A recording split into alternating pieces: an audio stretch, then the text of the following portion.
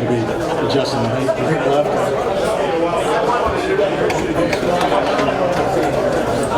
All right, we're going to go ahead and get started. I just want to welcome everyone for coming to the dedication for Warhorse 503.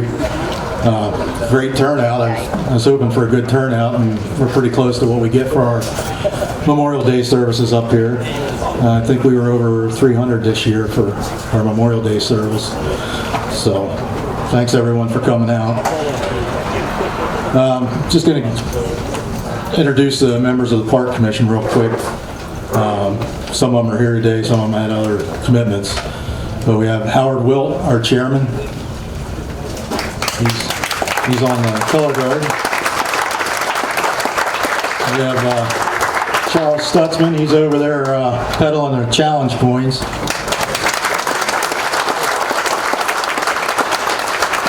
Then our secretary, John Markley, he's in Myrtle Beach, so he's not here. He's probably having Mai Tais on the beach. We got Jess Hackenberg. He's over there. He brought a display of uniforms, so if you hadn't seen them, you can check them out after the ceremony. George Higas, he's not able to be here today. He's traveling. We have Rachel Potter. And we have Ken Feast. Is Ken here today? All right, now just give you a quick brief history here of the park. The park originated with the submarine memorial. That was built in 1992. George Logue, a developer in Williamsport. He built that to honor the 3 submariners lost in the Pacific in World War II. And the propeller on that is from the USS Torsk, which is a museum boat down in Inner Harbor in Baltimore. And that sank the last Japanese ship in World War II. So there's some history there in our history with Warhorse 503. So it's kind of unique what we have here at the park. 1996, George donated the land to the city of Williamsport to build a park. And then they started the Park Commission to oversee the park, and it's just grown to what it is today. We have a monument for every U.S. conflict. And that's pretty much the history of it. The last editions were the Gold Star Monument in May of 22 that we dedicated that, and then the Intruder, which we're dedicating today. So we'll go ahead and present colors. The A-6, attention on deck. Everybody wants to stand.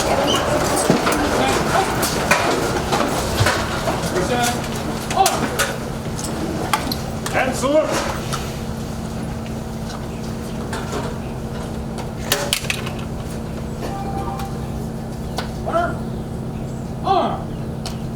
Two. Color. Post.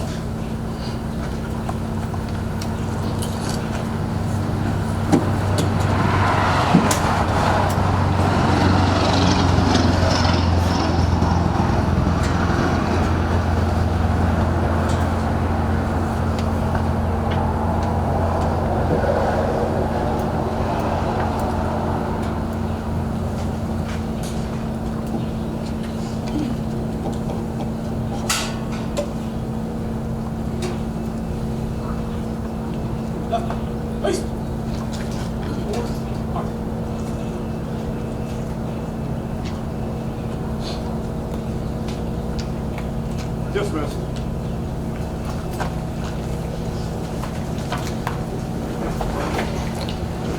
All right, this time I'll introduce our Master of Ceremonies, Mike McMunn. He's a U.S. Army veteran, served in Vietnam, and Mike's going to be our Master of Ceremonies today.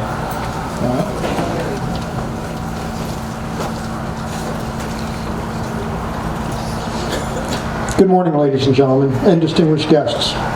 My name is Mike McMunn. I'm the Director of the Lycoming County Office of Veterans Affairs, and I'm honored to be your Master of Ceremonies today for this momentous occasion, as we formally dedicate the U.S. Navy A-6 Intruder Uno 161676 here in Lycoming County Veterans Memorial Park. The city and the county are fortunate to welcome this magnificent warbird.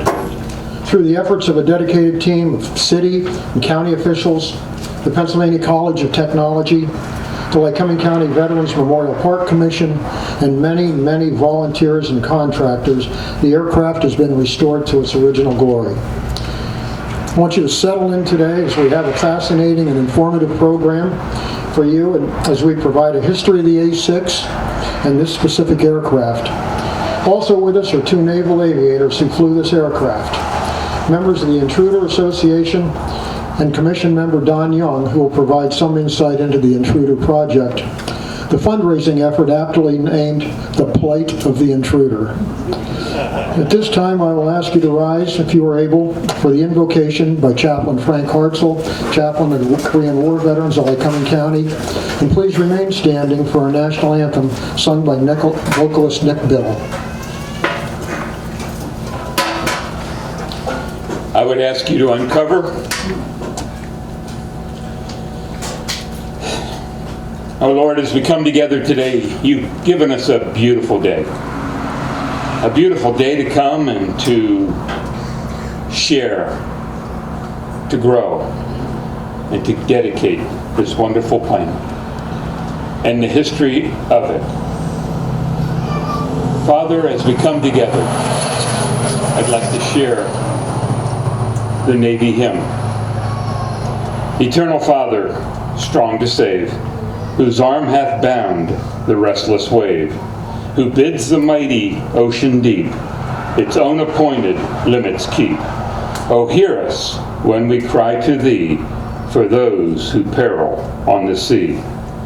Lord, guard and guide the men who fly through the great spaces in the sky. Be with them always in the air, in darkening storms or sunlight fair. Oh, hear us when we lift our prayer for those in peril in the air. Father, we just praise you for this time we can come together. But may we ever be mindful of those that right now are not at home. They have left their homes, they have left this soil, and they are serving this great country around the world, by land, by sea, or in the air. Oh Lord, we ask you to protect them and bring them home to their families that eagerly await their return. And Father, for those families whose servicemen will not return because they have paid the ultimate price, we ask you to give them comfort, fill the void with your presence, and Lord, give them a sense of peace in knowing that they served this great country, and this country is eternally grateful. Oh Lord, bless our time today, where we come together in your perfect and precious name. Amen.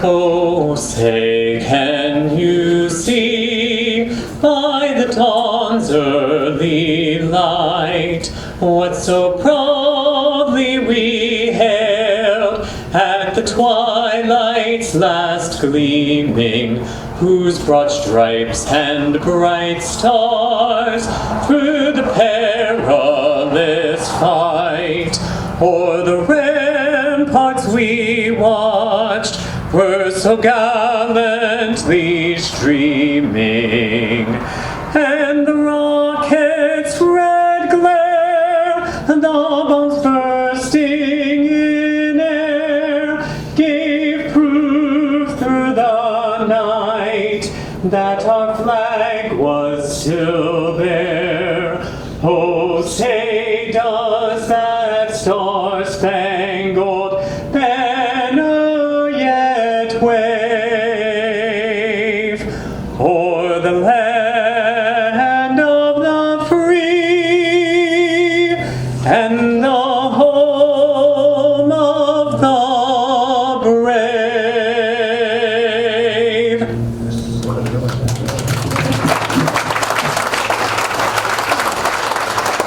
Please be seated. You know, when we have these ceremonies, our souls are always inspired by the words of Chaplain Hartzell, and our hearts are always raised by the singing of Nick Biddle. Thank you. I'd like to acknowledge some of the distinguished guests we have with us this morning.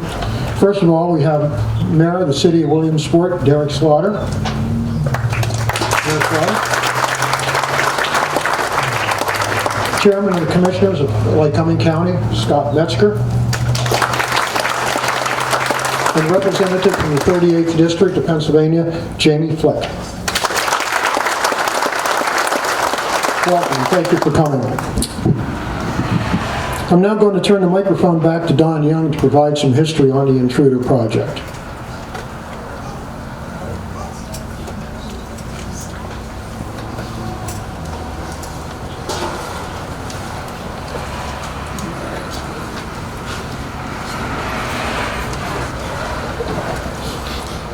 All right, this is Benny Bennett. He was one of our past commissioners. He was on the Park Commission. Him and I started the project together. Basically how it all came about, we went over to Penn College Aviation Center, the Williamsport Airport, looking for a Huey helicopter, and we came home with an Intruder. So,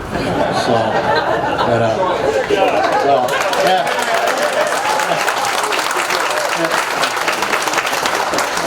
So it was sitting over there. It was donated to Penn College by the Navy through the Federal Surplus Program back in '96. It actually flew in there, and then they had their press conference that next day. That was actually the largest donation at the time in Penn College history, so I think it was valued at like close to $21 million at the time. It's fully intact, which is good for us. We had a lot of issues trying to get it out of the airport because the main access road was too narrow, so we couldn't bring it out that way. The gates of the airport were too narrow because it's 25 feet at the wing spread. So we ended up getting with Allison Crane. Is Larry here today, or anybody from Allison? No? Okay. Well, they did the lifting service for us, and High Transit did the transportation. And then we had X50 escort service, did the escort for it. It was a super load by PennDOT standards, so it had to be permitted. And then we ended up, the COVID stuff ended up shutting some things down for a while, so that delayed getting it out of the airport. And we have a lot of gratitude for the patience that the airport authority had for leaving it there until we could get it out. They ended up lifting it over the fence, putting it on a long lowboy trailer, and Chris Crumley over here in the gray t-shirt, he was pretty instrumental in the whole process. Actually, we probably wouldn't even been able to get this all done without him. I'll explain a little bit of that on what we went through with getting the wing spread and all that. But basically, when we got that lifted over, they had to take it out the access. I think it was an emergency access. It was kind of in the back of the airport there that went out through the Savoy Plaza lot down at Montoursville to get out to Broad Street. So it was 9 o'clock at night, transport. Everything went smooth. They actually had to put the landing gear up and then cradle it on the lowboy trailer to get the clearance, because it's what, 19 and a half feet to the tail fin for the top of it when it's on its wheels. And if you're familiar with a lot of the Pennsylvania bridges, 14 and a half feet. And 14 and a half feet isn't necessarily 14 and a half feet. Once we got it up here to the park, then we started working on it. We ran into different delays and everything. Weather, central Pennsylvania's falls and, springs. You have about 2 months of good weather to do anything. So we did the wing spread, and we ran into a lot of issues with that. And Chris was kind of like our resident MacGyver for that. We hooked in the hydraulics with his hydraulic pump to manually spread the wings, and the hydraulic fluid just kept going somewhere, probably in the combined reservoir or something, I think. But it wasn't coming back to the pump like it should. So we ended up Chris had some fittings made and connected into the spread line on the actuator, and then used the fold line as the return line to the pump, and did it that way. bombardier side wing came down pretty much flawlessly. Worked. Pilot side wing, that fought us tooth and nail. And here what happened is the actuator was seized up, so we weren't going to be, no matter how much pressure we put on it, it wasn't going to do anything. So we actually ended up having to grind the mounts off on the actuator and tuck it into the stowed position, and then free fall the wings with the loader, which was kind of scary because once you get it to vertical, if you ever free fell one, it was rather delicate, and we didn't want to cause any damage.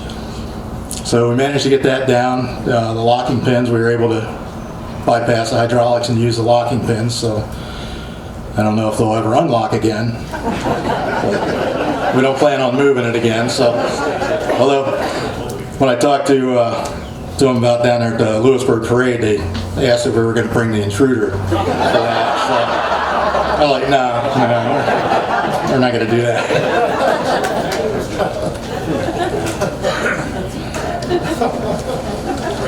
Yeah.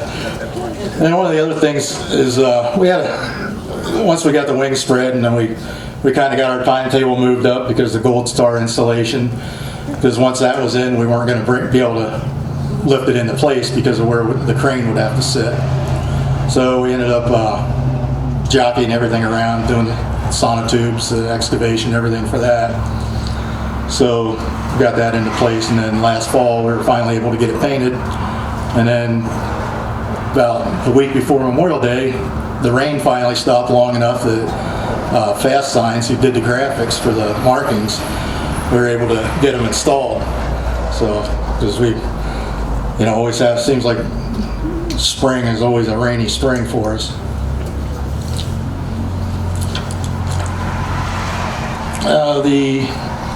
The brackets actually were patterned after the one down at Cherry Point that Marine sent us a sketch drawing, and we got some measurements, and PMF Industries fabricated those brackets for us. Penn College construction students. Is Harry back there? Did I see Harry? Somewhere there he is. Well, Harry Hintz, his construction trades class, did all the concrete work on the walk and everything. They built the walk around the memorials as well. So, we're forever in gratitude there. Is that Glenn Luce there too? Oh, yeah, all right, good. And Glenn Luce, his class, they had built the north wall there with his masonry class. We also had Roy Klinger with the auto trades restoration. Is Roy here? We had some crane damage on the engine bay doors. The air intakes got crushed and some other damage on the doors, and we took them down in the auto trades restoration class there at Penn College, reskinned those and then fabricated new vents, and they did a great job on that, and then they painted them.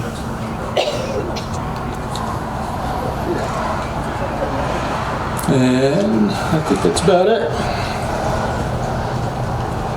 And like I said, Fast Signs designed the graphics. Michael, he's there somewhere. There he is over there sitting. He did all the graphics for us. I gave him the federal standard color codes for the colors. Gave him some DoD policies, some pictures, and he nailed it. So I just wanted to recognize him on the job he did.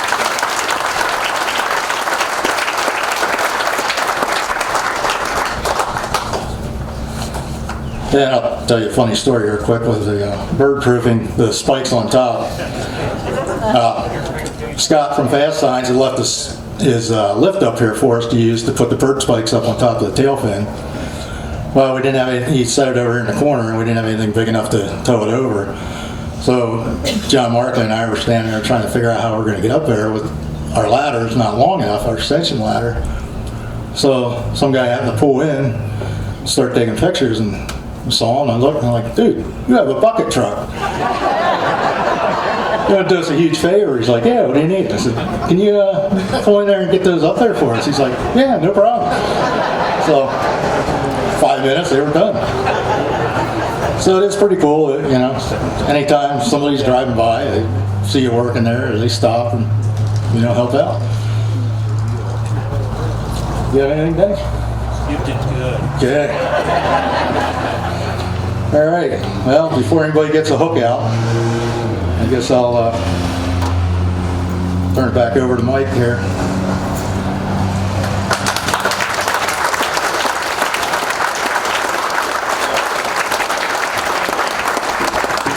Great job, good stories. I told you, settle in, you're going to hear some good stuff here today. We are honored to have with us today, representing the Intruder Association, retired Lieutenant Commander Mike Novak, immediate past president of the Intruder Association. The mission of the Intruder Association is to preserve and promote the legacy of U.S. Navy and Marine Corps A-6 intruder community, keep others informed of the A-6 aircraft mission and accomplishments, and provide for continued camaraderie among those who flew and supported the aircraft and its squadrons, thus preserving the legend of the Intruder. Lieutenant Commander Novak joined the Navy in 1978 and was designated a Naval Flight Officer and assigned to operate the A-6E Intruder aircraft. After 20 years in the Navy and civil service, Mike retired in 2019 and joined Northrop Corporation, or Northrop Grumman, where he most recently was the Deputy Director, Warfare Integration, on the staff of the Chief of Naval Operations.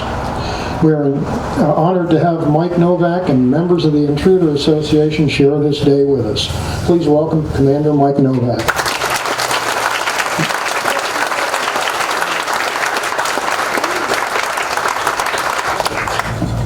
Hey, thanks again for being here today. As you probably figured out, all of us aviators got to have a call sign. Later on at the reception, you can buy me a beer and I'll tell you how I got snake. You're also honored today. We got the current president of the Intruder Association, Wad. You want to raise your hand and stand up? So the A-6 was one of the unique airplanes. It was flown by the Navy and the Marine Corps. So you'll see a lot of red and you'll see a lot of blue. And we love each other now.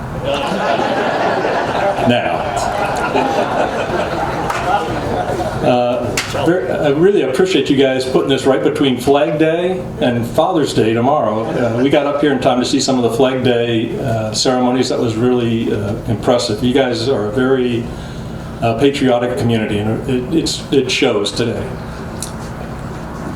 It was my honor back in the day when I was the president. Don Young called me out of like nowhere. You know, hey, I got an intruder. And I'm like, who are you? Where are you? Where did you get an intruder? You know, those kind of questions. But after we established the bona fides, it was then great. We used we have a very good communication system where we get out to all the people that used to fly and maintain intruders. And we said, hey, we got a guy. He's repairing an intruder in Williamsport, Pennsylvania, and needs some donations. So that was the first thing we did, was we got some donations into Don to help with some of the, defray some of the cost of this restoration.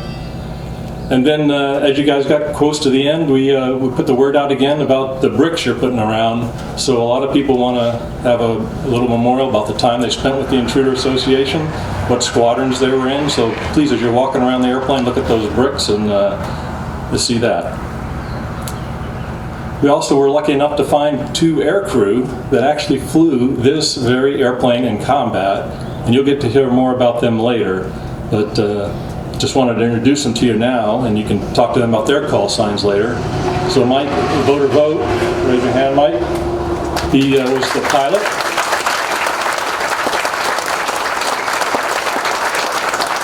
And sitting right next to him, like we always did in the airplane, pilot, BN, side by side, a very unique configuration, is Craig Gator Tuning. Okay.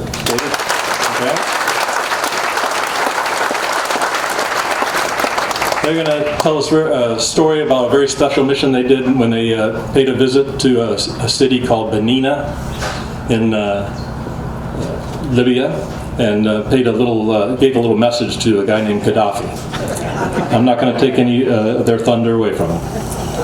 What I want to end up doing is just thanking you all. I mean, the work you and all the people that helped Don did to restore this airplane to the condition that it is today is just outstanding.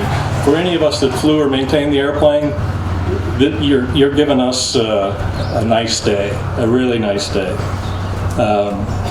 thank you for what you've done to accomplish this. This is a great memorial park, every piece of it.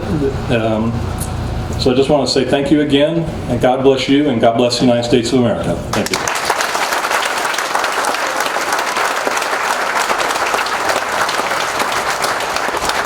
Thank you, Mike, and thanks for being here today, and for members of your association who are here today to join us for this great day celebration. I'd like to now introduce our keynote speakers. If you've walked around the AK-503, you'll notice that there are two names painted on the sides of the fuselage. Those of then Commander Craig Chenning and then Lieutenant Commander Mike Vogt. These aviators were among the last to fly this aircraft while it was in active service, and we're truly honored and privileged to share this momentous day with them. I'm sure this event may bring back a few memories, and as Mike said, engender a few probably too. Are those war stories or are they sea stories? Or both. Now retired Captain Mike Vogt spent 26 years in the Navy. His numerous deployments included assignments to VA-34 on the USS John F. Kennedy, Air Test and Evaluation Squadron 5 at China Lake, California, and VA-35 aboard the USS Nimitz. Future assignments would include VA-55 aboard the USS Coral Sea, VA-65 as Executive Officer, Commander of VA-65. Following an assignment to the Staff Commander, Naval Air Forces Atlantic, he was selected to be the XO of the USS Saratoga and then proceeded to NAS Pensacola as Chief of Staff, Executive Assistant to the Chief of Naval Education and Training. Captain Vogt holds the Legion of Merit with 3 Oak Leaf clusters, the Meritorious Service Medal with 4 Oak Leaf clusters, the Air Medal with Combat V, and numerous other awards and decorations. On the other side of the aircraft is the name of Craig Chenning. Now retired, Captain Chenning received his aviator wings in 1970. He served as an aviator with Attack Squadron 35 aboard the USS America, where he made 1 Mediterranean deployment and a combat deployment to Southeast Asia. He later served with Attack Squadron 42. Captain Chenning went on to have a distinguished career aboard the USS Nimitz, Squadron 65, Squadron 55 on the USS Coral Sea, participating in combat operations in the Gulf of Sidra and Benina Airfield. After numerous other operations and command assignments, Captain Chenning completed his Navy career as the commander of Attack Wing 1 as Commodore. During his career, he amassed over 4,000 flight hours in the A-6 aircraft and has over 1,000 air carrier landings. His awards and decorations include the Legion of Merit, Meritorious Service Medal, 3 individual and 9 strike flight air medals, 6 Navy Commendation medals with Combat V, and the Vietnamese Cross of Gallantry. On behalf of the Lycoming County Veterans Commission, it is a distinct honor to present Captains Craig Chenning and Mike Vogt in their A-6 Intruder AK-503.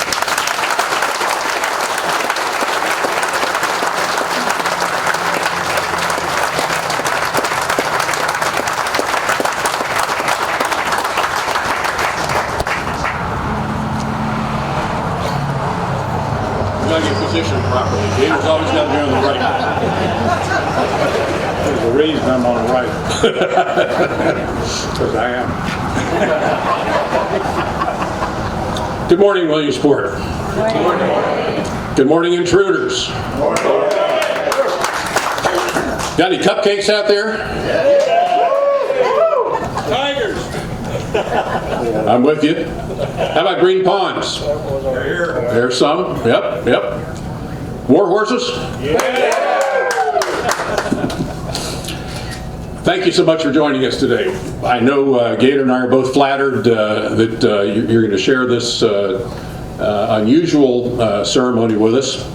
And I want to also, before getting into my personal comments, to recognize Mayor Slaughter. Thank you for joining.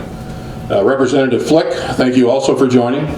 And County Commissioner Scott Metzger.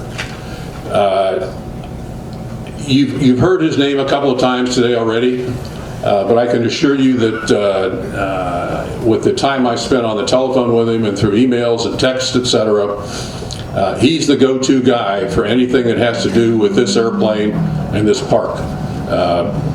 Don Young, the driver behind 503's acquisition and restoration, thank you, sir, for all your efforts on our collective behalf. All the intruders here, I know, are appreciative of what you've done.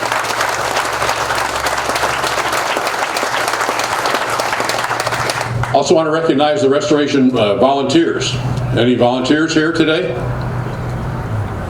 Oh, you got a lot of beer to drink this afternoon.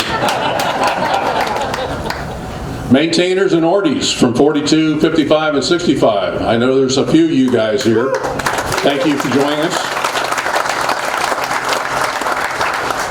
And you know, if you haven't broken the code already, this is going to be an audience participation presentation.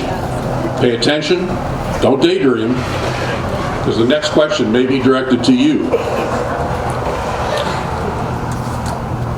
I think it's also appropriate that I recognize the driving force in my life, my wife Sharon Vogt, who is over here.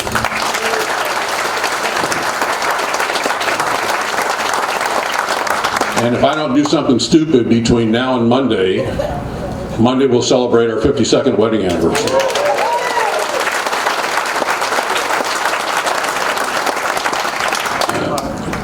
Admiral Stan Bryant, then Commander Stan Bryant, was the stand-up commanding officer of the A-55 in the summer of 1985. I was crewed with Stan, and I learned to fly with the heavies. I learned how to say yes, sir, and I knew when to turn left and when to turn right because they told me. So I was their preferred pilot. Well, Stan sent me an email on Wednesday, and I want to read an excerpt, so bear with me for a minute. And the excerpt goes as follows. Potsy tells me that you two have a chance to say some words, and I was wondering if you could pass to all of the warhorses in attendance that I regret not being able to be there. It was my honor and privilege to serve with America's best as a warhorse, and I cherish the memories of my days standing up A-55 with them. They really did make it happen. Thanks, Stan. Now, to reinforce Rear Admiral Bryant's assessment of the 12 pilots and bombardiers who flew in the Benina strike, 8 earned aviation command and 2 selected for flag. This extremely high percentage of command selectees reflects the standards referenced by Rear Admiral Bryant. Sadly, I'd also like to recall 3 of our Benina strike squadron mates who are no longer with us. Rear Admiral Jack Godlewski, Captain Mark Himmler, and Captain Ralph Myko.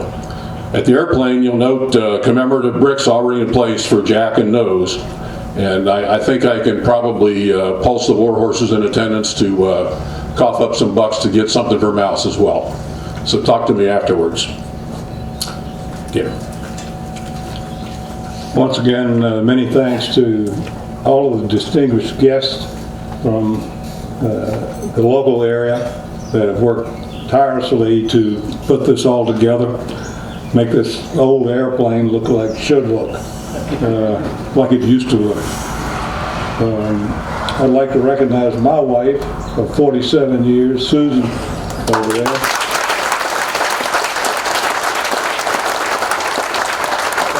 Both of those wives were listening to or watching CNN on the 15th of March of '86 when that airplane went to work. It was an interesting evening in a lot of ways. I could see them grumbling over there. A little bit about me. I came in the Navy straight from LSU. Back then there was a program called AOC, Aviation Officer Candidate, AOCS, Candidate School. You go to Pensacola, you meet a Marine DI straight from Paris Island who is there to have fun for him for 16 weeks. If you get past him, you get commissioned. We started with something like 60 kids. When we got commissioned, there was 22. Some couldn't swim, some couldn't PT, some just gave up. But Drill Instructor Godwin will always have a place in my heart, as he should, because he is the driving force that put me eventually in that airplane. There was a movie a long time ago called The Officer and a Gentleman. That's what Pensacola was like then, for me. Anyhow, I flew every model of the A-6 ever introduced to the fleet. My share of hours, my share of traps. It was a great machine. It was reliable, and it always told you the truth. So you could hang your hat on it all the time. Okay, voter, we'll tag team again here. I was commissioned with the class of 1972 from the U.S. Naval Academy. Due to the post-Vietnam flight training bottleneck, my graduating class was sent to sea for a year. Oh boy. Shortly after getting married, and much to Sharon's chagrin, I deployed to the Mediterranean as navigator aboard USS Canoe, DE 1056. I was fortunately able to escape the ship in January of '73, made my way back to Virginia Beach, and picked up Sharon, and we headed south to Pensacola at best speed to start flight training. I earned my wings in May of 1974 at NAS Kingsville, Texas, and received my first choice of aircraft, the A-6 Intruder. Like Gator, I was privileged to fly every model of the A-6. Between us, we have logged over 8,000 flight hours and nearly 2,200 carrier-arrested landings in the Intruder during our respective careers.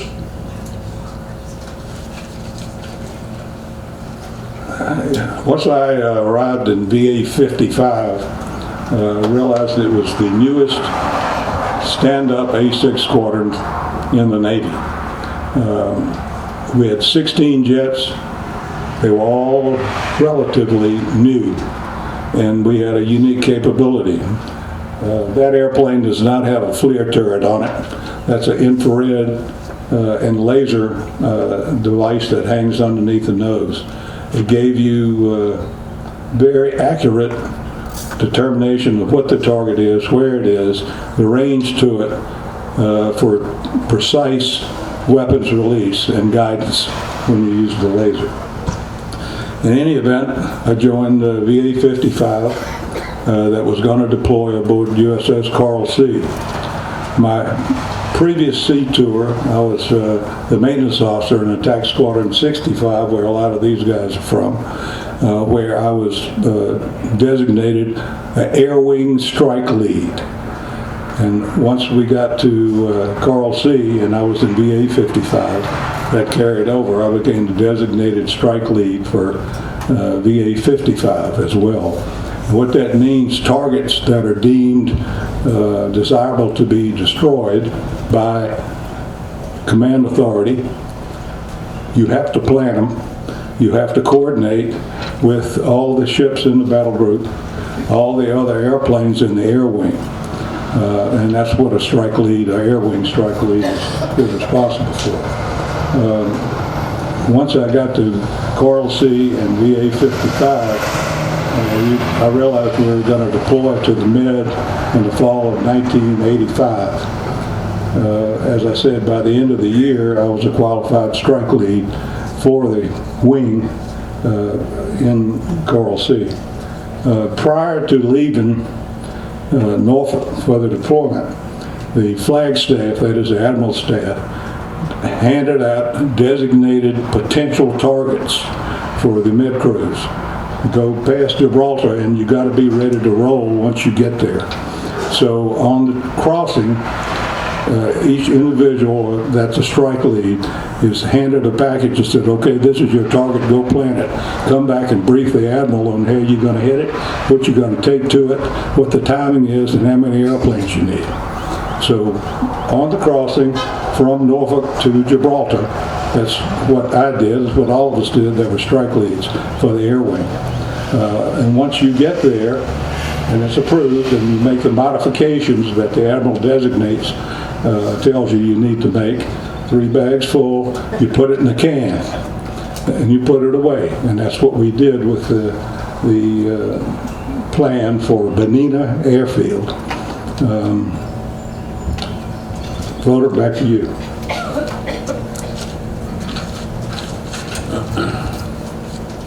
Actually, you're still up. I want to get in the shade, you know. Drink water, you okay? No, I'm good.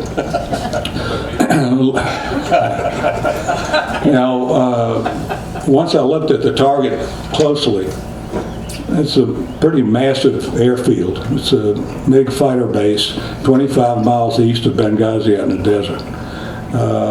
Pretty flat ground around it, except to the east there was a big ridge line, but that was about 8 or 10 miles away.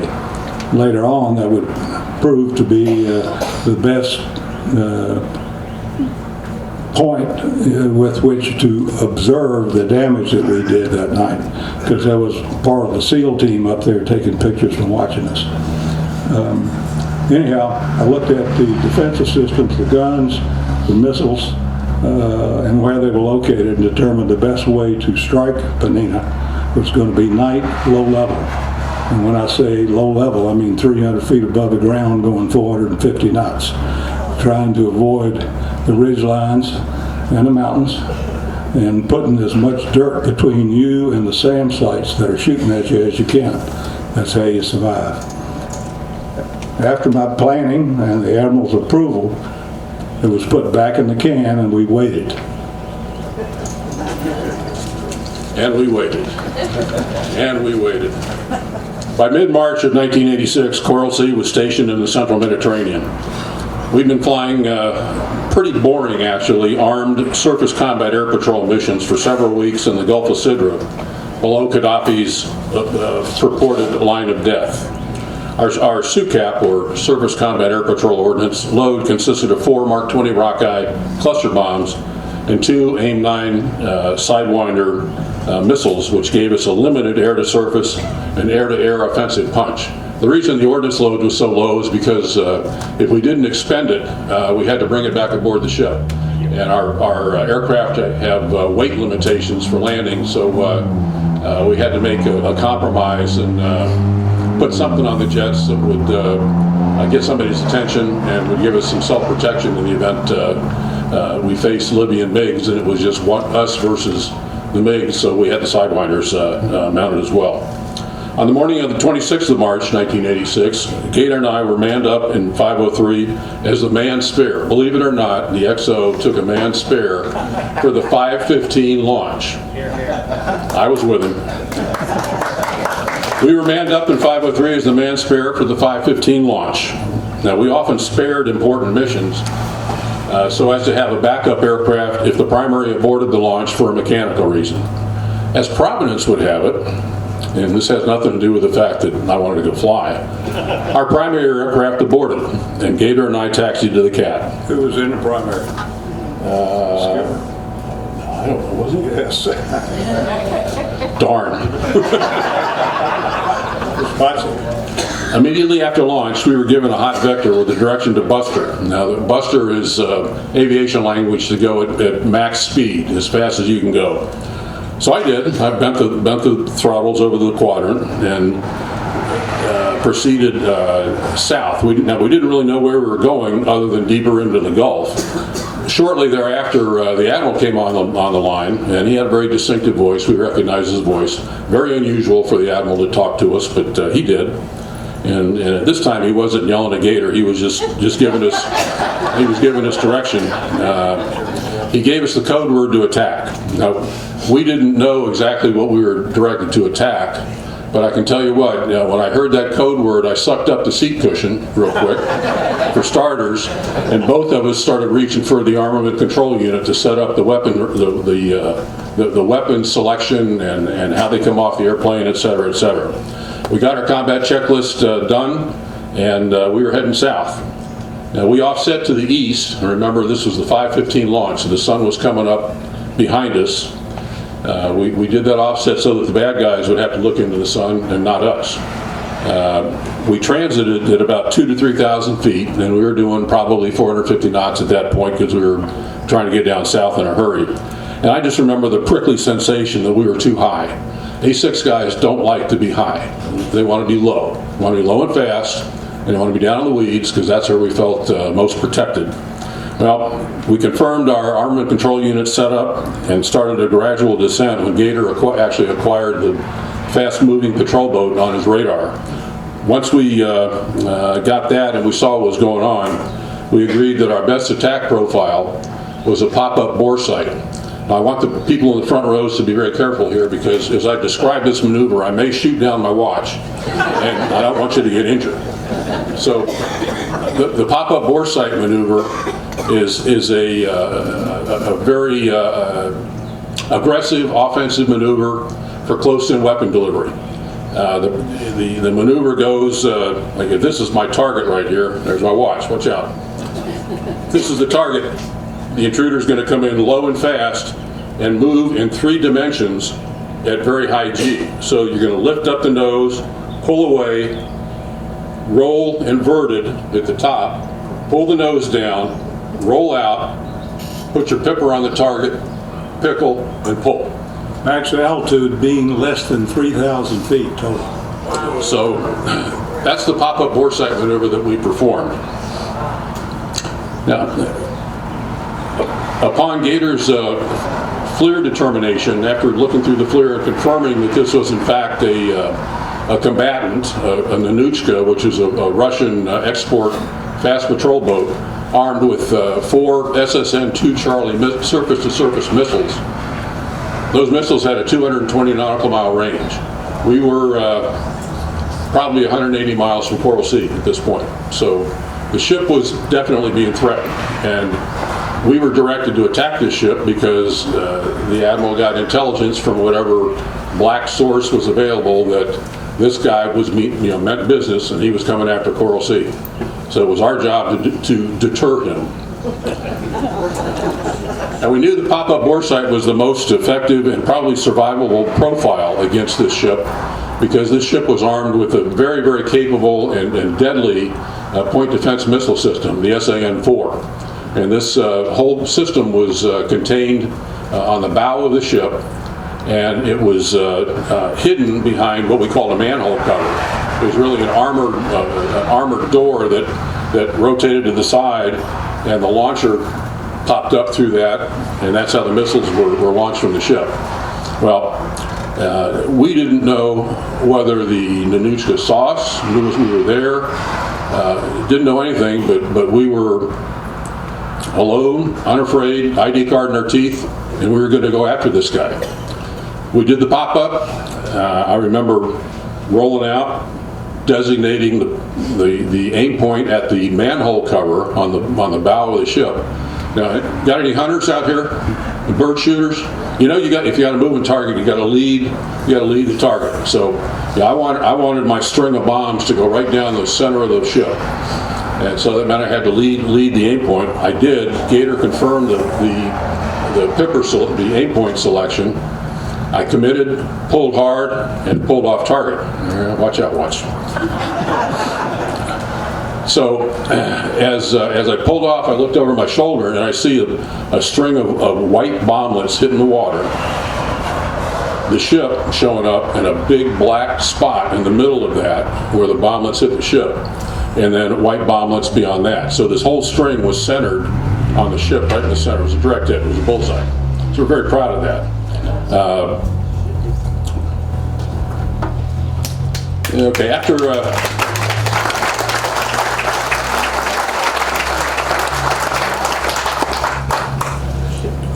the rock guy likely caused a mission kill. Now, what that means is it didn't sink the ship. It still had mobility. It was still under power, but the weapon system, their radars and communication systems, were likely damaged severely because of the bomblet impacts.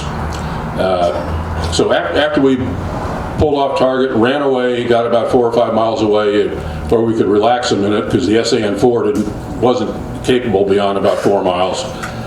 We popped up for a minute, took a deep breath, and started getting set up for a bomb damage assessment pass. And what that means is you make another pass to take a look at what damage you caused. And Gator's taking pictures with a 35 millimeter camera as we go by. This is 1986 now. You have one of those pictures over there, nose on to the ship, black smoke coming out the side. I took that. That was Gator's picture.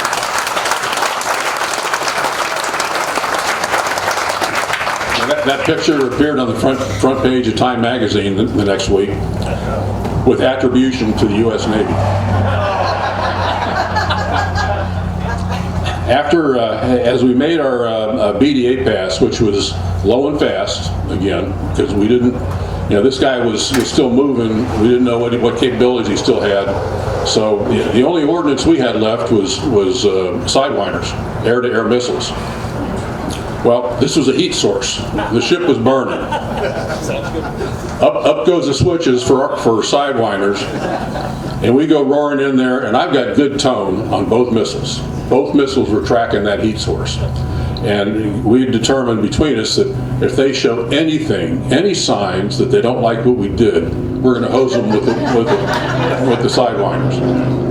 Unfortunately, not a peep out of them. So, master arm off, and we got out of the way. Shortly thereafter, an A-6 from VA-85 on Saratoga showed up. He had a harpoon, saying, "I want to play, I want to play." And so he was approved to shoot his harpoon, fired his harpoon.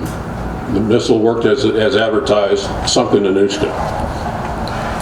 Now, at this point in our deployment, we were about 7 months into a 6-month cruise, and we had been carrying the load in the Mediterranean for the entire 6th Fleet. Saratoga showed up about a month or so prior to the Nanuchka incident, and they were full of CNN. Saratoga was getting all the viz, all the news clips. Everybody in the U.S. knew what was going on in Saratoga. They had no idea who Coral Sea was. And then about a month later, America shows up. Oh my God! So now we got two showboats, and Coral Sea's there. Well, Gator and I didn't know what was going on the ship after we had taken out this Nanuchka. But after the fact, we learned that the word had gotten out on the ship that Coral Sea had drawn first blood. That was us. Well, we came back to the ship normally, routinely, top of the stack, waiting to cycle down to land. And as we were told, people, everybody knew that Coral Sea had drawn first blood. Well, they didn't know what airplane did it. And so the Hornets landed first, and they all had their ordnance on it. Then the Hummer lands, and Hummers didn't have any ordnance, but he lands.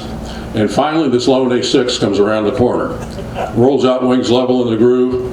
The wings are slick. They knew it was us. We landed, and we went through our normal post-landing procedures, all automatic. Everything happened quickly, and as we got the pullback from the arresting gear, and the wings we cleaned up the wings, and Gator's raising the wings, and I'm watching the yellow shirt directing me to clear the landing area. We took a right-hand turn, and we had to stop because everybody on the flight deck was there cheering. Everybody.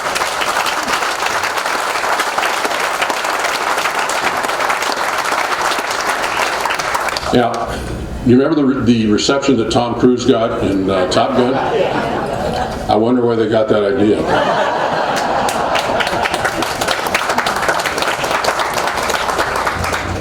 Okay, from doing away with the Nanuchka, we go like we're going home, like we're supposed to go home. We're supposed to go back to Norfolk. So we go west, right up close to Gibraltar, and go in port in the southern part of Spain. I think it was Spain, yeah.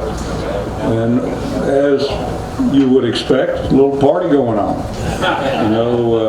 We rented a suite in one of the hotels and set up what we called an admin.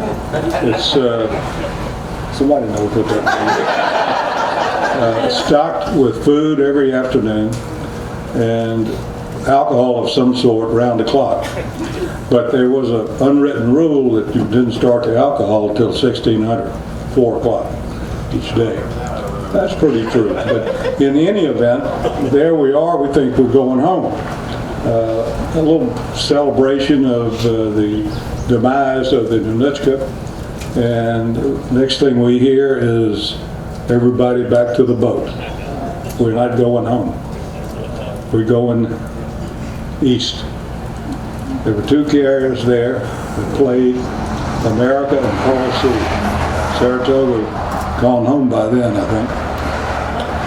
Saratoga went south of Sicily. Coral Sea went through the Straits of Messina at night, doing about 20 knots. We put one of our jets on the bow, energized the infrared, gave the kid watching the infrared a radio to talk to the bridge, because he could see the barges going back and forth across the Straits of Messina. And this was about, what time? It'd be 10 o'clock at night. At least 10 o'clock. It was dead dark in any event. And he was making calls, okay, right rudder, straight, left rudder, to avoid hitting these things that are trying to cross the straits. Well, we come out the other side without hitting anything, and we know game's on. This is all precipitated by the terrorists blowing up a disco in Berlin at Christmas time that killed a bunch of American military people. So that's when Reagan made the decision, game time. So I went back, pulled my plan out of the can, looked at it, okay, it's going to be 6 jets, it's going to be 300 feet, it's going to be 450 knots, but this ordnance load has got to be separated depending on the target you're going to. If you're going after MiGs in the open, or anything that's relatively soft, we're going to carry 8-pound. That's a cluster weapon that weighs 750 pounds, and it's got a whole bunch of little bomblets in there that'll burn through tempered steel until they get inside, and then they'll detonate. The other airplanes are carrying 22 500-pound, what we call snakes. They have fins on the back that when they come off, you can drop them from 300 feet. And the fins will open, slow the bomb down, so it's way behind you when it hits the ground and detonates, so it doesn't frag the airplane that dropped it. So they were the 2 ordnance loads. Since we had 6 jets, it was a stream raid, we called it, but it wasn't just 6 in a row. The timing was set up to be 40 seconds apart. The first guy had the predetermined route of flight that I planned when I planned this thing months before. You'd go to this point, go right to predetermined heading, hold it for X number of seconds, turn left and go direct to his assigned target. There were hangars, MiGs in the open, warehouses, a variety of different targets, and the target determined the ordnance that was going there, whether it's 500 pounders or it's one of the cluster weapons. The timing was achieved over the water, that is the splits. And once you got to your last point, you make a turn and you're going straight at the target as fast as you can, and like I said, 300 feet, looking for your aim point. Time on target was 0-200 for the first bomb, and I think we were plus or minus 3 seconds of that being there. I think that's it for me in that section.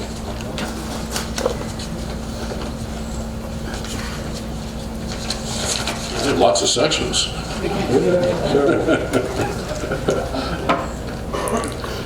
Okay, we were, Gator and I were number 4 in this 6-plane stream raid. We were the lead for the 2nd division of 3 A-6s. And I can tell you, as the flight lead, I had 2 wingmen, each flying heavily laden aircraft. I can tell you that was probably the hardest flying I've ever done in my life. And I've mentioned that between Gator and I, 8,000 intruder hours. This was probably the hardest 25 minutes of those 8,000 hours I've ever been part of. We were at low altitude, bouncing around in the turbulence in the blackest night, rendezvousing on 3 other airplanes.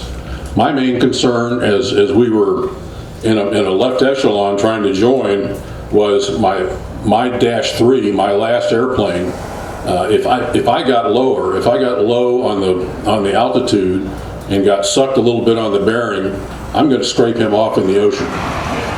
So the onus is on me to be the perfect flight lead, the Blue Angel flight lead, on altitude, on airspeed, on bearing line, into the rendezvous. That's what we did. We successfully rendezvoused, which set us up for separation into single ship profiles inbound to the target.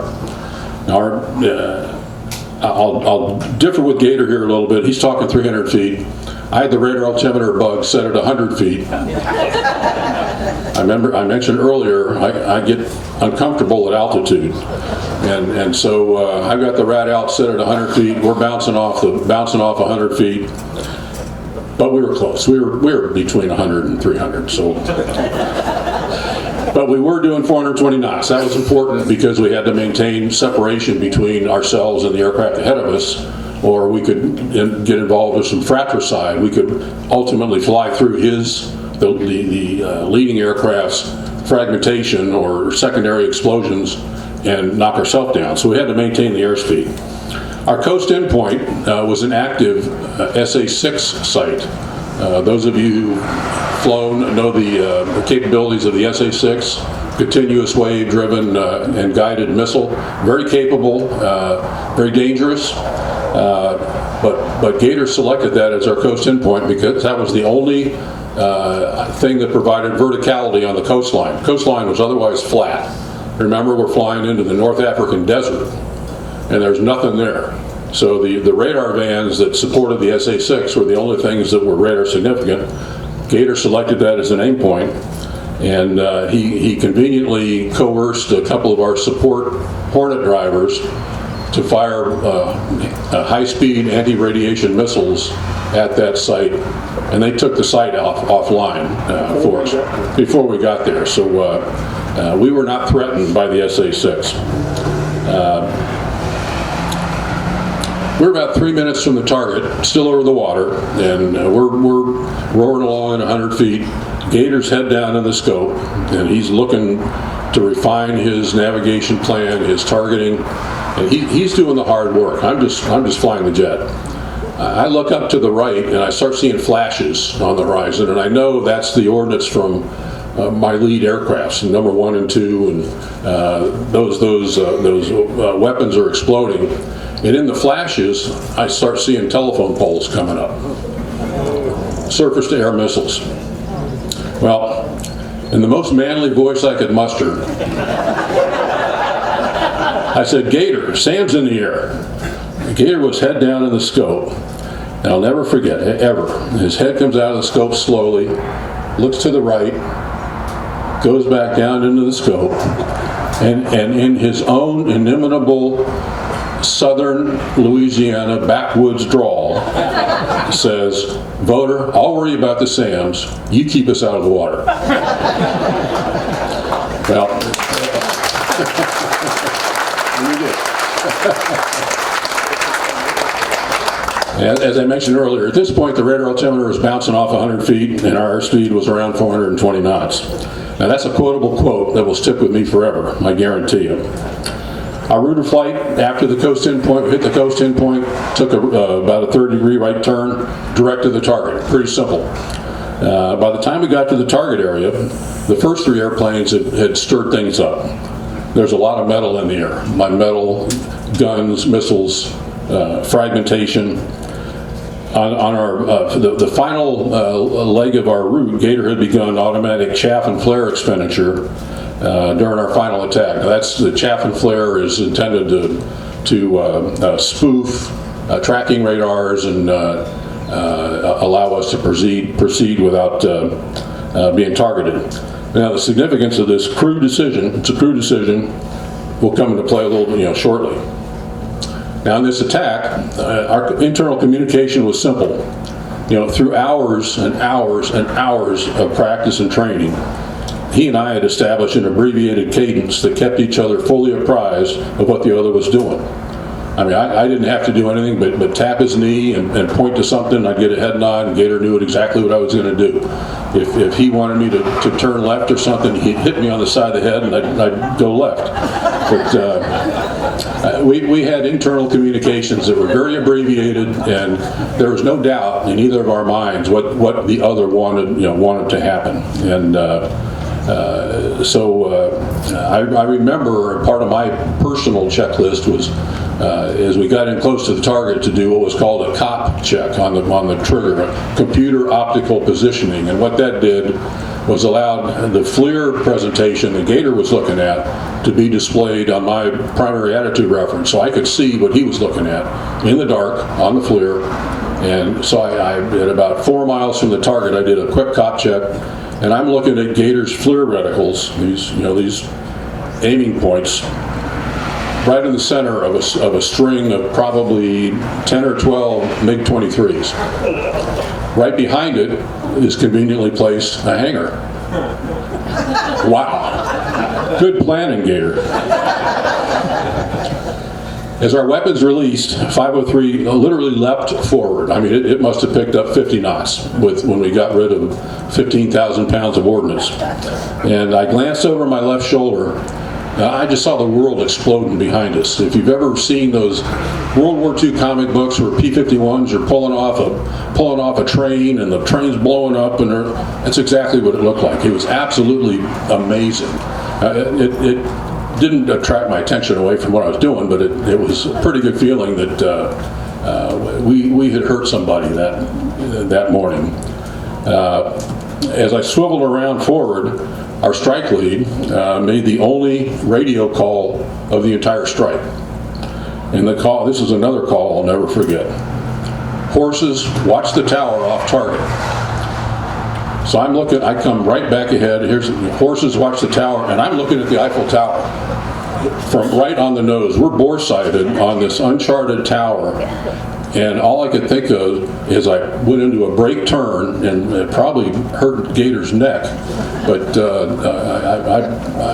I pulled the airplane about as hard as I could at 500 plus knots, and my main concern was hitting one of the guy wires that was supporting the tower and just getting cut in half. I mean, that's what was on my mind. Well, as we were in this planform left-hand brake turn, we get picked up by an SA-3 on site that was just south of the airfield.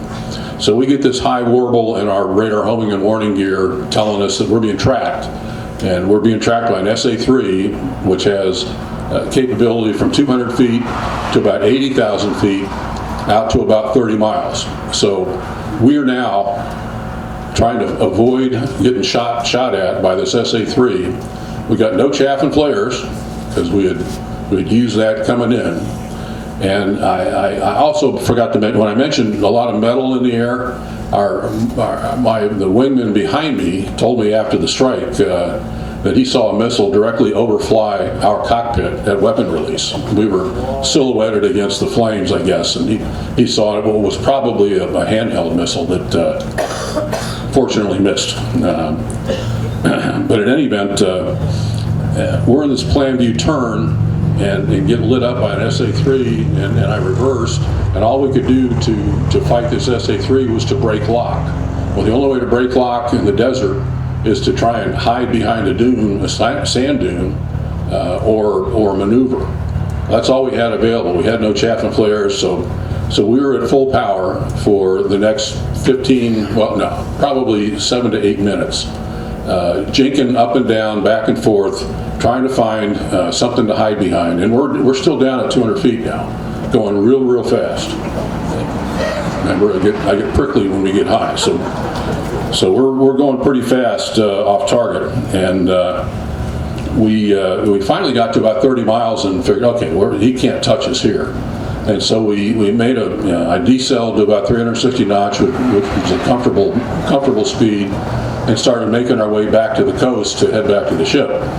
And as we leveled off, heading back to the ship, heading to our coast out point, right in front of us, I could see some dim flickering lights, and I thought, well, that may be a Bedouin out there or somebody feeding camels or whatever. So I didn't change course, and I decided I was going to fly directly over them and wake them up, if nothing else. And because by now it's about 2:15, 2:18 in the morning, and as we overflew this walled village, these were cooking fires apparently, and I looked over the canopy rail and I could see red tile roofs. We were that low, at 2:15 or 2:20 in the morning.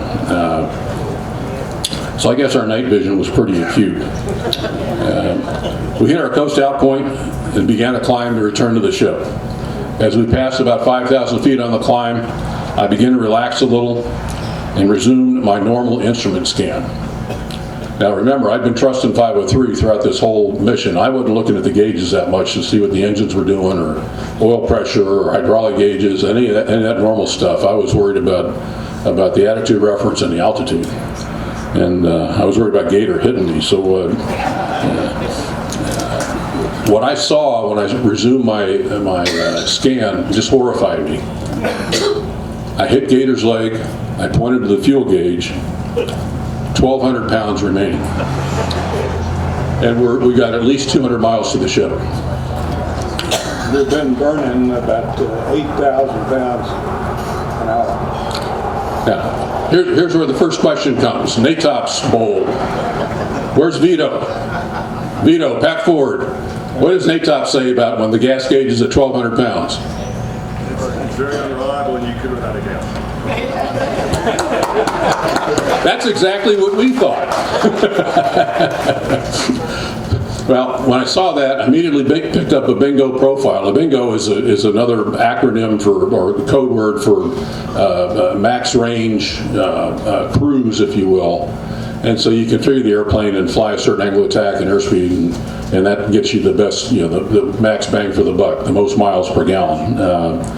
Now, I did that even though it would serve no useful purpose because we didn't have enough gas to get back to the ship. So we had to get gas someplace. And as we continued our climb heading toward a rendezvous with our pre-planned airborne Ka-6D tanker, I noticed Gator moving around and doing things I've never seen from him. First thing that happens is kneeboard comes off and he throws it up in the glare shield. Second thing, he's cinching down his oxygen mask, tightening it up. Next, he's tightening up his lap belts, getting snugged up into the seat, shoulder harness is tight.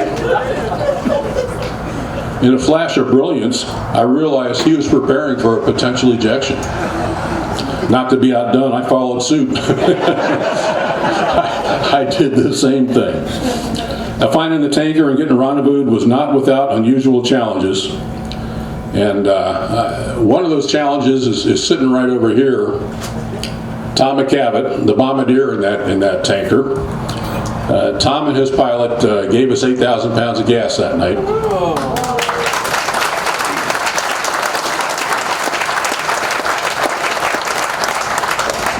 And that's the most fuel I've ever taken while flying an A-6. Now, the 6-hour time difference between the central Mediterranean and Virginia Beach accounts for the ironic timing that a Squadron Officers' Wives Club meeting that Sharon was hosting at our house in Virginia Beach was breaking up. Now, as usual, the wives had a couple of televisions running. CNN was making early reports of the Libyan strikes. A reporter was aboard Coral Sea, believe it or not. Who would want to go to Coral Sea? And was reporting that all but one of the Coral Sea strikers had checked in and were returning to the ship. Now, as was told to me after we returned from cruise, Sharon and Susan, when they heard that, immediately made eye contact and knew that the late airplane was us. Now, I think I need to digress for a minute and point out that this paranormal response is typical of naval aviators' wives.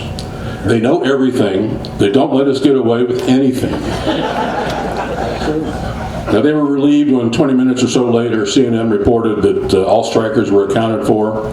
We'd gotten our fuel and we're heading back for recovery.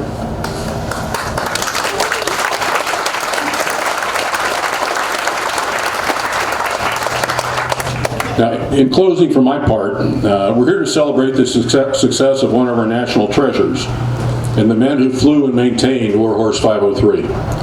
To that end, a critical player who was largely responsible for 503's care and feeding during 8 months at sea aboard Coral Sea, and I'm going to call him my plane captain, is Petty Officer Golshuk, whose name is forever painted in a place of honor for A-6 plane captains, and that's the port and starboard main landing gear door. Petty Officer Golshuk practically lived in the airplane, monitoring fluid levels, panel integrity, brake riding, jury strut integrity, landing gear pins, helping us to strap in before flight, and countless housekeeping issues to ensure 503 was ready to go.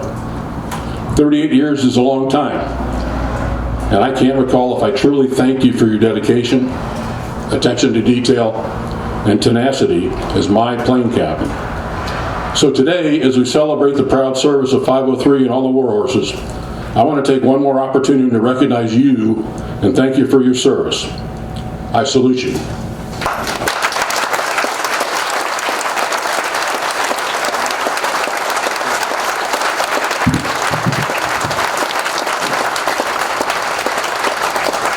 Petty Officer Golchuk is the old guy out there, the gray hair. He was a lot younger when I first knew him. What a wonderful guy. I'll never forget. I'll never forget.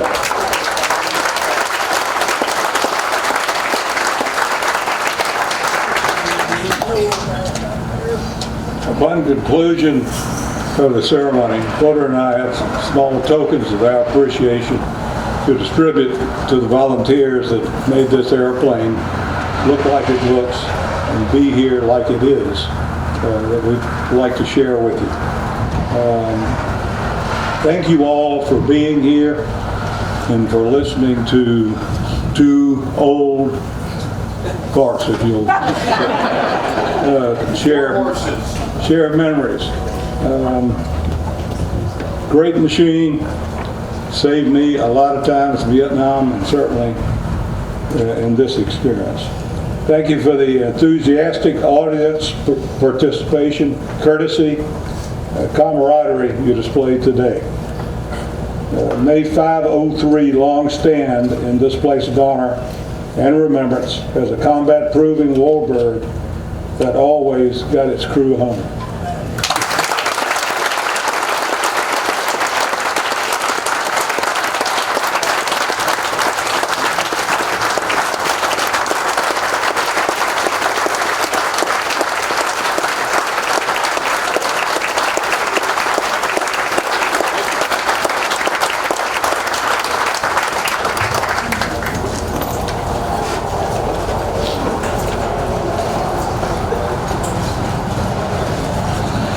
All right, that's going to be a tough act to follow, but we, Watch your watch.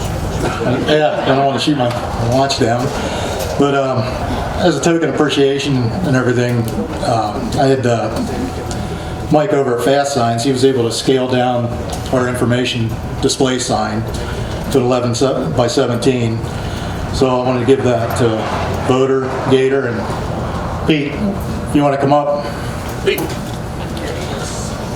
So, but this is what they look like. It's a replica of the display sign.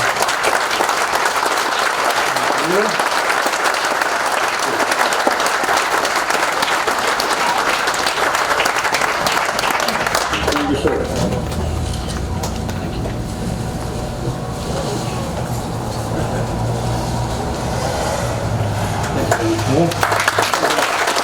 You're welcome.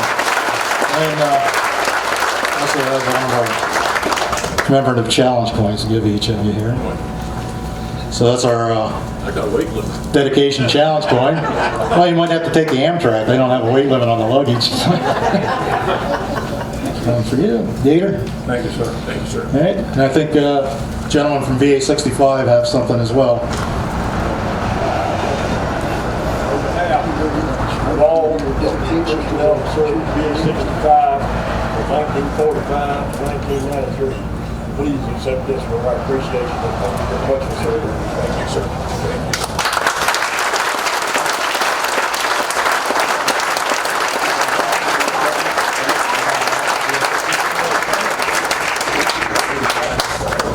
One final announcement, and then you'll be rid of me until perhaps later this afternoon. The Intruder Association is sponsoring a, I'll call it an adult happy hour this afternoon at the VFW Hall. We should have beer, wine, sodas, a couple of munchies. Specifically intended for the volunteers as a thank you for your efforts in getting 503 to the condition it is now. Since we have one or two volunteers, I think you probably ought to invite the rest of your friends to join you at the VFW Hall. And I suspect that, I'm not sure exactly when it's going to be open, but 12:30 should open up, and that's just right about now. Timing is everything, they say. And I think that after what we've done today, there's probably going to want to take some pictures around the jet. And I know Sharon and I want to get some snaps for our grandkids, and this is one of the ways you can impress your grandson. So that's what I'm going to do. But we'll see you over there, and I'll ask you that you maintain your decorum, as most intruders do. And if you feel so inclined, you might be able to exceed 1 beer and 1 peanut. Okay. Thank you very much.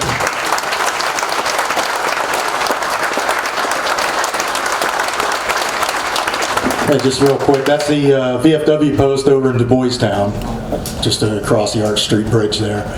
I'm not sure what the address is. I can look it up and get it to anybody. 150 Schaefer Street. I think it's in the program too, their address. So you can just punch it into the GPS if you need to.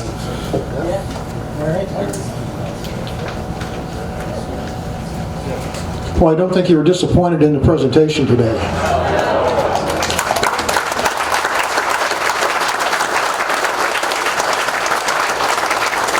Yeah, this is living history. It's not Oliver North's war stories. You heard it first here. So we want you to take those comments and the feats of these gentlemen and their wives. They were right alongside, really. But take those home to your families, your children, and relive them. Thank you, gentlemen. It's been a pleasure.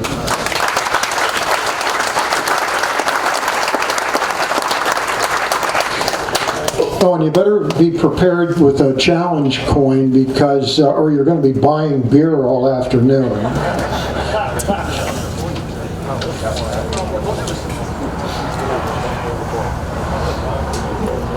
Ladies and gentlemen, would you once again please welcome Nick Biddle for a vocal presentation? At the end of Nick's presentation, I would ask that you please stand for the benediction by Chaplain Hartzell and the retirement of the colors.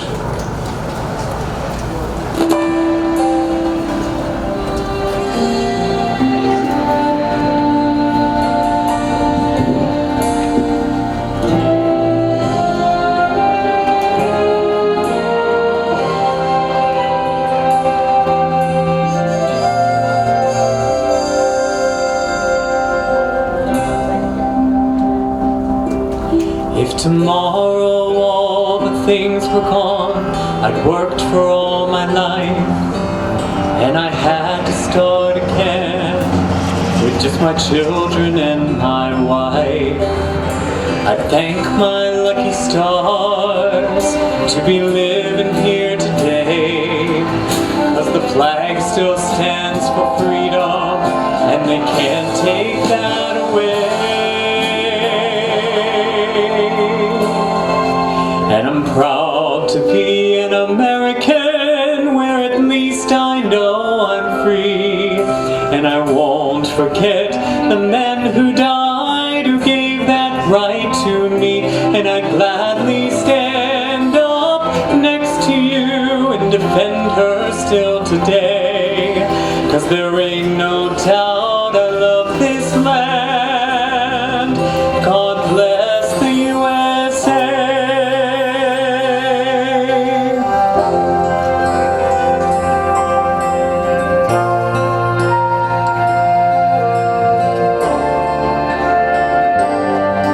From the lakes of Minnesota to the hills of Tennessee, across the plains of Texas, from sea to shining sea, from Detroit down to Houston and New York to LA, well, there's pride in every American heart, and it's time we stand and say that I'm proud to be an American, where at least I know I'm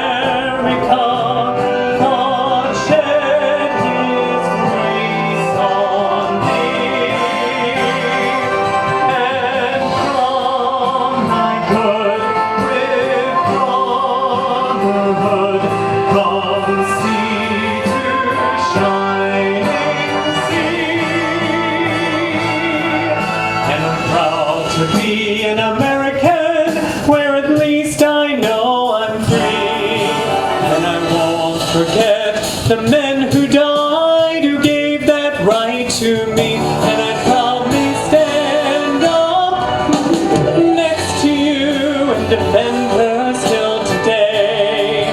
'Cause there ain't no doubt I love this land. God bless the USA. God bless the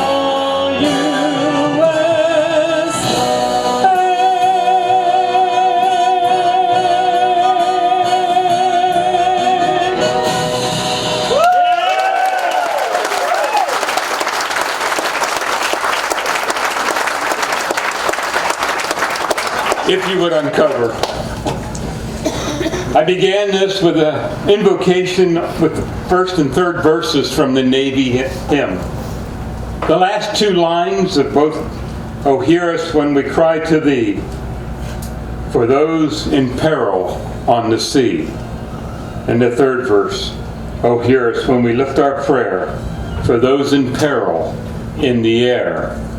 Today we have heard stories, we've seen history, we've heard about it, about this plane, about the men that flew it, and they flew it to protect us. My brothers and sisters, what an awesome day, what a beautiful day. And just as God had his hand on these men as they flew this plane and served this country, just as God has his hand upon all of our men and women serving today, he has his hand on you. Leave this place, go back out into the world and live as one who is free because of our history. Live as one who's free because we live in a great and free country. Go in the peace of God that this world cannot take away, but only the peace that God can give us. Go, and may God bless you, and may God bless America. Amen.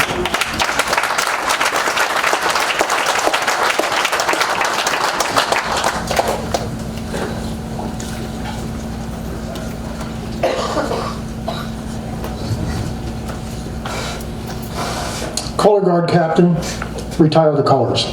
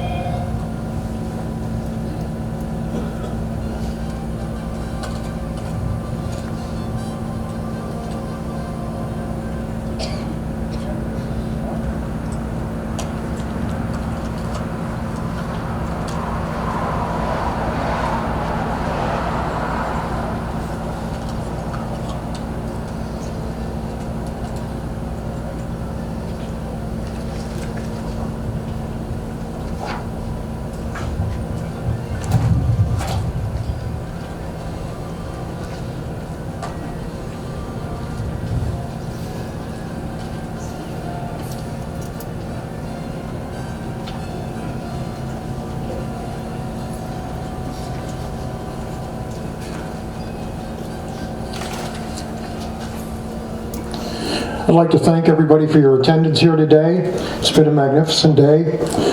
Go out and enjoy it. Thank you.